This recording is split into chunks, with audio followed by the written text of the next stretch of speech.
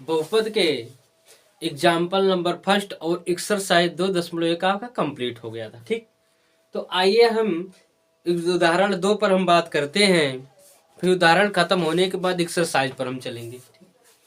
तो यहाँ पर आप देखिए उदाहरण नंबर 2 आपका कह क्या रहा है।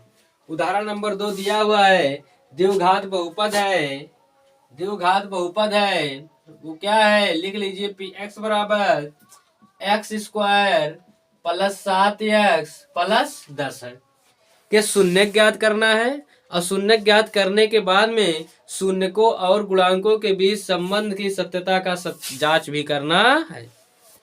तो शून्य ज्ञात करना है, शून्यकों गुणांकों के मध्य जो संबंध है उसकी सत्यता की जांच करना है।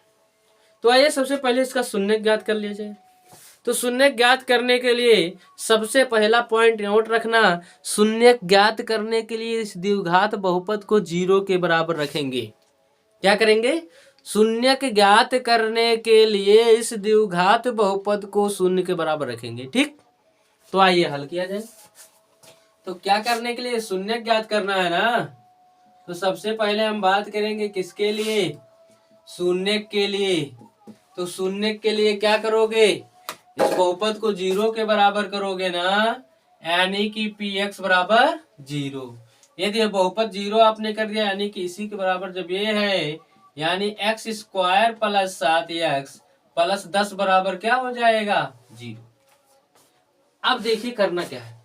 10 का द्विघात समीकरण जब बन गया ये, अब इसको हल करने के लिए हम मध्य पद तोड़कर यदि हल करें तो ये जो अचर पद होता है उसका हम ऐसा गुणा करते हैं, गुणा करने पर 10 ही आए। यदि यहाँ पर प्लस लगा है तो जोड़ने पे मध्य वाला पद आना चाहिए, यदि माइनस होता तो घटाने पर आना चाहिए था। और यदि एक्स स्क्वायर के साथ किसी अंक का गुणा होता तो पहले इसका गुणा कर लेते, यदि नहीं है तो केवल इसी का। तो 10 का आप गुणा करेंगे क्या होगा? 10 दूनी और सॉरी 2 पंचे 10 और 2 और 5 7 होता है ना। देखिए ऐड करना चाहे तो 10 को क्या लिख सकते हैं? 2 गुणे 5। अब क्या 2 और 5 जोड़ने पर क्या आता है? मध्य पर 7 आता है कि नहीं आता है? आता है ना। तो हमारा जो गुणनखंड लगे वो क्या होगा? 2 गुणे 5। ठीक, तो यहाँ पर लिख दीजिए एक्स स्क्वायर प्लस 7x की जगह पर 2x प्लस 5x प्लस 10 बराबर 0। एक जोड़ा इसको बना लीजिए, एक जोड़ा इसको। इनमें कॉमन क्या है? x कॉमन ले लीजिए तो क्या बचेगा? x plus 2। इनमें कॉमन क्या दिख रहा है? 5 प्लस 5। तो यहाँ क्या बचा? x। यहाँ से 5 कॉमन ले लेंगे तो बचेगा 2 बराबर 0। अब इन दोनों में एक पद ये बन गया और एक पद ये। तो इस पद में से और एक पद ये है, इन दोनों में कॉमन आप क्या देख रहे हैं? इन दोनों में कॉमन है x प्लस 2। यदि कॉमन ले लेंगे तो दूसरे ब्रैकेट में क्या बचेगा? यहाँ x बचेगा और यहाँ पर प्लस 5 बराबर 0। ठीक, अब देखिए यदि इसका गुणा करने पर रिजल्ट 0 आ रहा है तो या तो x प्लस 2 0 होगा या तो x प्लस 5।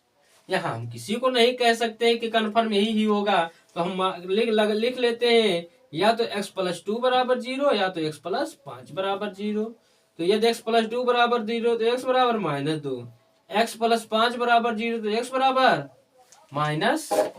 तो x के यहाँ पर क्या आ गए? 2 वैल्यू आ गए। ठीक, जब 2 वैल्यू आ गए तो यहाँ पर अब क्या कहोगे? यानी कि द्विघात बहुपद के शून्य खो गए। तो द्विघात बहुपद का शून्य क्या है? द्विघात बहुपद का शून्य -2 तथा -5 है। ठीक, -2 तथा -5 क्या है? इस द्विघात बहुपद के शून्य। तो शून्य तो निकल गया। दूसरा हमसे क्या कहा है? शून्यकों और गुणांकों के मध्य जो संबंध है उसके सत्यता का क्या करना है? सत्यापन करना है। ठीक, तो आइए सत्यापन कर दिया जाए। ठीक, तो देखिए यहाँ पर जो बहुपद दिया था उसको हम लिख लेते हैं, एक्स स्क्वायर बी एक्स बराबर x square plus 7x plus 10। तो यहाँ हमें ए बी सी का मान भी चाहिए ना, तो उसके लिए हम इस समीकरण से क्या कर लेंगे? तुलना कर लेंगे। X square plus b x plus c से क्या करने पर, प्लस सी से तुलना करने पर। ठीक, और जब तुलना हम करेंगे तो देखिए एक्स स्क्वायर का गुणांक एक्स स्क्वायर के गुणांक के बराबर, एक्स का गुणांक एक्स के गुणांक के बराबर, अचर पद के बराबर होगा। ठीक, तो यहाँ एक्स स्क्वायर का गुणांक क्या है, ए। यहाँ एक्स स्क्वायर का गुणांक कुछ नहीं दिख रहा है, तो क्या है यहाँ पर, एक है, यानी ए बराबर एक हो गया। यहाँ बी का एक्स का गुणांक क्या है, बी। यहाँ पर एक्स का गुणांक क्या है, 7 है ना, यानी बी का वैल्यू 7, अचर पद सी, और यहाँ पर क्या है 10, यानी सी बराबर 10 हो गया। यहाँ दो शून्य का है, तो किसी को अल्फा मान लीजिए और किसी को तो बीटा मान लीजिए, उससे कोई दिक्कत नहीं। ठीक, तो सत्यापन में हमारे पास जो दो फार्मूले हैं उन्हीं को दायां पक्ष बायां पक्ष बराबर दिखा देना। तो लिख लीजिए अल्फा प्लस बीटा बराबर माइनस बी बटे ये, यही फार्मूला होता है ना। आप वैल्यू रख दीजिए और दायां पक्ष बायां पक्ष बराबर आ जाए। अल्फा का वैल्यू -2, बीटा का वैल्यू -5 बराबर बी, यानी कि बी का वैल्यू है 7 और ए का वैल्यू कितना है 1, तो 5 2 -7 बराबर -7। तो दायां पक्ष बायां पक्ष के बराबर आ गया, पहला वाला फार्मूला सत्यापित हो गया। दूसरा, अल्फा गुणे बीटा बराबर सी बटे ए, अल्फा का वैल्यू -2, बीटा का वैल्यू -5, सी का वैल्यू 10 है और ए का वैल्यू 1 है, तो 2 पंचे 10, माइनस माइनस प्लस, तो 10 बराबर 10 हो गया जी। और यहाँ पर भी क्या है, दायां पक्ष बायां पक्ष बराबर दोनों आ रहा है ना। तो इस तरह से शून्यक भी निकल गया और सत्यापन भी हो गया।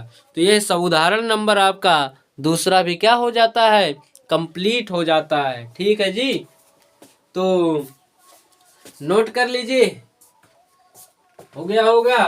तो देखिए हम आइए बात करते हैं अब उदाहरण नंबर किस पर, तीसरे पर, है ना।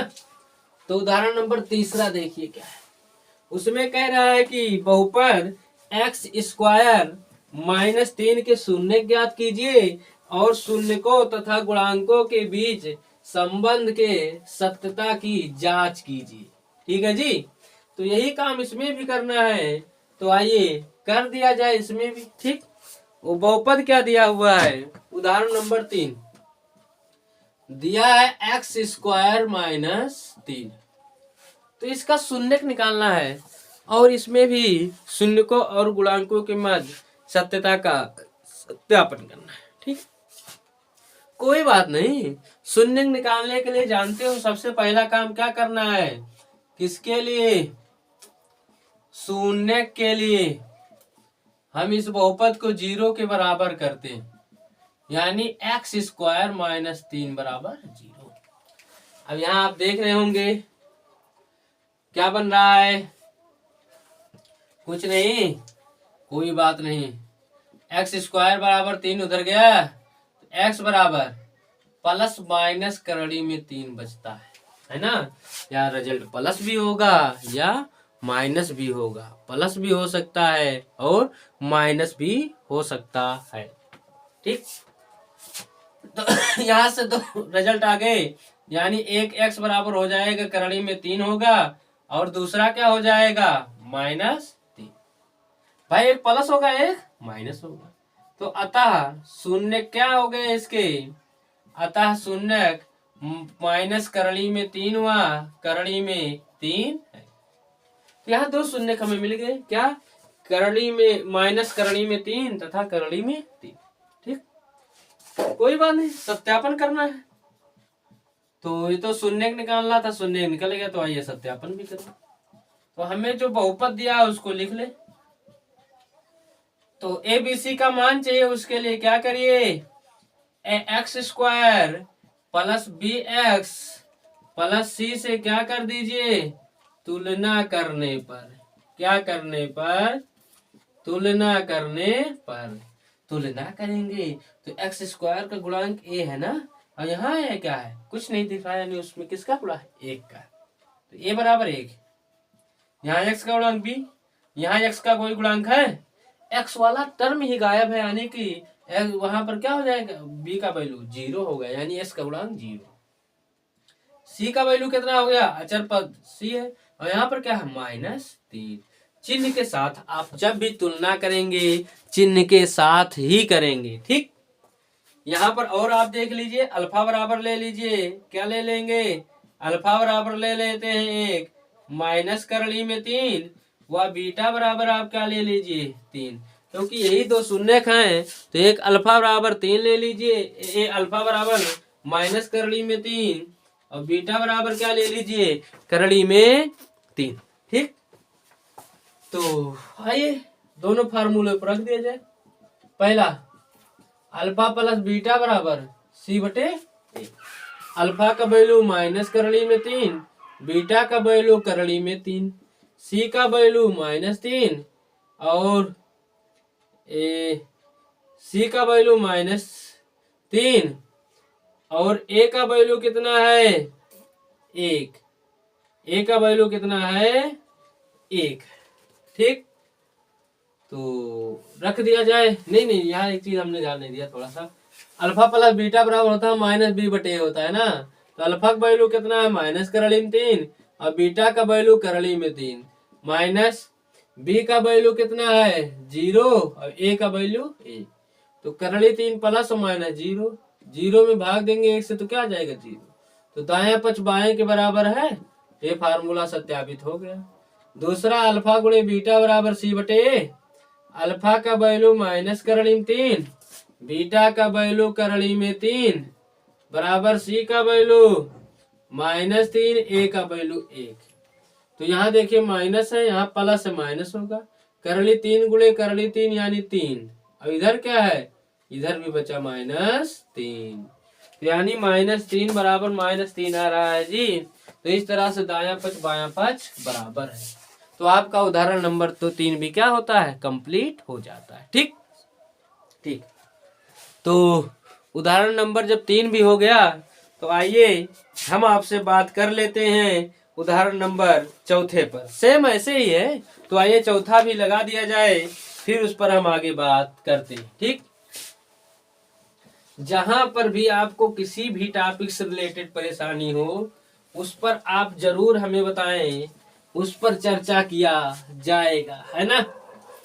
तो देखें उदाहरण नंबर 4 सेम ऐसे ही है, तो क्या है उदाहरण नंबर 4 कह रहा है देख द्विघात बहुपद ज्ञात कीजिए। क्या ज्ञात करना है, द्विघात बहुपद जिसमें शून्यकों का योगफल -3 है और गुणनफल क्या है 2 है, योगफल -3 है और गुणनफल क्या है 2, यानी ये बात दिया है अल्फा प्लस बीटा बराबर दे दिया है -3 और अल्फा गुणे बीटा बराबर दे दिया है 2, तो हमें क्या निकालना है द्विघात बहुपद ज्ञात करना है। कोई बात नहीं, फार्मूला तो आपको पहले ही बता दिया गया है किसका, द्विघात बहुपद का। तो द्विघात बहुपद बराबर के ब्रैकेट में x² minus alpha plus beta into x plus alpha गुणे बीटा, के में कोई शून्येतर वास्तविक संख्या है ना, तो x² minus alpha plus beta का वैल्यू -3 इंटू एक्स अल्फा गुणे बीटा का वैल्यू 2, यानी कि k into x² plus 3x plus 2, तो ये क्या हो गया द्विघात बहुपद। जैसे यहाँ देखिए बटे में यदि कोई होता तो 5 हो गया, तो के बराबर 5 रखते हैं, अगर कुछ नहीं तो यहाँ पर आप रख दीजिए के बराबर क्या रख दीजिए 1 रख दीजिए, है ना, के बराबर क्या रख देंगे 1, अब के को क्या कर दे वहां से गायब कर सकते हैं, ठीक। तो इस तरह से आपका द्विघात बहुपद मिल गया क्या x² प्लस 3x प्लस 2, यही हमारा द्विघात बहुपद है, ये क्या हो गया आपका आंसर, ठीक। इस तरह से उदाहरण नंबर 4 भी आपका कंप्लीट होता है। उदाहरण नंबर 5 हम करेंगे अगले वीडियो में, क्योंकि नहीं वीडियो थोड़ा बड़ा हो जाएगा, है ना, ठीक है।